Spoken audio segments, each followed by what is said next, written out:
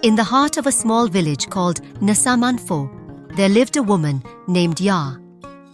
She was known for her warm smile and kind heart, but above all, she was known for her deep and unwavering love for her only child, Kofi. Ya's love for Kofi was the kind of love that knew no bounds, a love that would eventually lead her down a path of unimaginable darkness. Ya's life had been full of hardships, but the birth of Kofi brought light into her world. Kofi was the apple of her eye, her joy, and her reason for living. She doted on him, giving him everything he ever wanted and more. Even when Kofi began to show signs of rebellion as he grew older, Ya's love remained unshaken. When Kofi started skipping school, Ya brushed it off, convincing herself that her son was just going through a phase. When he began hanging out with boys who had a reputation for trouble, she turned a blind eye. Ya was certain that her Kofi was different, that he would never truly stray from the good path. But one day, Ya's world was turned upside down. Her husband, Kofi's father, passed away suddenly, leaving Ya to raise Kofi alone. The grief was overwhelming, and Ya found herself clinging even more tightly to her son. Kofi became her entire world, and in her desperation to keep him close, she let him slip further and further away. After his father's death, Kofi became more distant, more rebellious. He dropped out of school completely and began spending his days and nights with a group of notorious gang members. The boys were involved in all manner of illegal activities, and while rumors reached Ya's ears, she refused to believe them. To her, Kofi was still her sweet, innocent boy. Kofi began disappearing for days at a time, leaving Ya alone and worried. But each time he returned, he came back with gifts: money, food, expensive clothes. He demolished their old decrepit house and built a beautiful new home for Ya.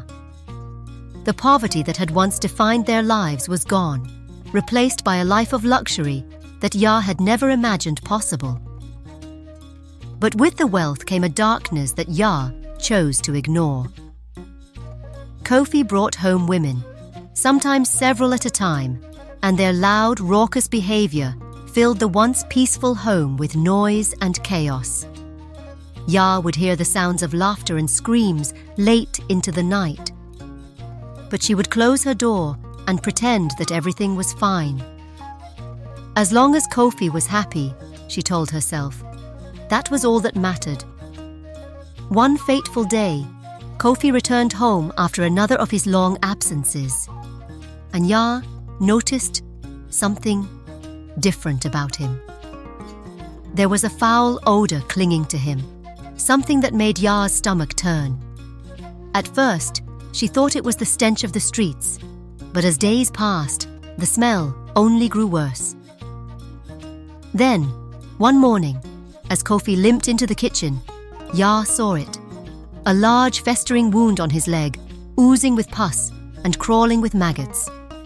The sight was horrifying, and Ya's heart ached at the thought of her son's suffering. "Kofi, my son, what has happened to you?" she cried, rushing to his side. "It's nothing, Mama," Kofi replied, wincing in pain. "Don't worry about it." But Ya could not ignore it. She pleaded with Kofi to go to the hospital to see a healer, but he refused. His friends, the gang members, came to the house, and Ya could see the worry in their eyes as they examined Kofi's wound. They whispered among themselves, glancing at Ya with a look of pity that made her blood run cold. Finally, one of the boys, a tall, dark-skinned young man with a scar running down his face, spoke up. "There's a way to heal him, Madam Ya, but it's not a usual method." "What do you mean?" Ya asked, her voice trembling. The boy hesitated, then said, "You'll have to share your bed with him. It's the only way to draw out the poison." Ya was horrified. The mere thought of such an act made her skin crawl. But as she looked at her son, at the pain etched on his face, she knew she would do anything to save him. Ya struggled with the decision, her mind torn between the love for her son and the repulsion at the suggestion. But Kofi's condition worsened, the wound growing larger, the smell more unbearable. Desperation clawed at her, and in the dead of night, she made the choice that would seal her fate. That night, Ya did the unthinkable. As she lay next to her son, she prayed for forgiveness, prayed that this act would save him, prayed that it would all be over soon. The next morning, to her astonishment, Kofi's wound had begun to heal. The maggots were gone, and the flesh was slowly knitting itself back together. Kofi smiled for the first time in weeks. "Thank you, Mama," he whispered. Ya's relief was short-lived, as Kofi's visits grew less frequent and his behavior more erratic. He stopped coming home altogether, leaving Ya alone in the mansion he had built for her. Days turned into weeks, and Ya heard nothing from her son. Before we continue, take a moment to reflect. What would you have done in Ya's situation? If you're finding this story gripping, please like this video, share your thoughts in the comments, and don't forget to subscribe for more intense stories from the heart of Africa. Ya's life became a living nightmare. The once beautiful home felt like a prison, each room echoing with memories of the son she had lost to the darkness. Then, one morning, she woke up to a familiar, terrifying smell. She pulled back the covers to find a wound on her own leg, just like Kofi's, filled with maggots and reeking of decay. Panic set in as Ya realized what was happening. She tried to treat the wound herself, but nothing worked. The pain was excruciating, and the wound only grew larger. She searched for help, visiting healers and doctors, but no one could cure her. As Ya's health deteriorated, she became a shadow of her former self, haunted by the choices she had made. The villagers whispered about the curse that had befallen her, and no one dared come near her. The mansion that once symbolized her son's success was now her tomb, filled with the stench of death. In her final days, Ya could barely move. The wound had spread across her leg, and the pain was unbearable. She spent her days lying in bed, staring at the ceiling, waiting for death to take her. She thought of Kofi constantly, wondering where he was, if he was alive, if he ever thought of her. But deep down, she knew the truth. Kofi was gone, consumed by the darkness that had overtaken their lives, and she was left to pay the price for her blind love.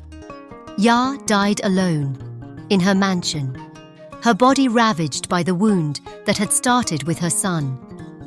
The villagers found her days later, and the sight of her decaying body sent shivers down their spines. They buried her in a grave at the edge of the village, far away from the mansion that had brought so much pain. Ya's story is a tragic reminder of the dangers of love without boundaries. Her unconditional love for Kofi led her to make choices that ultimately destroyed them both.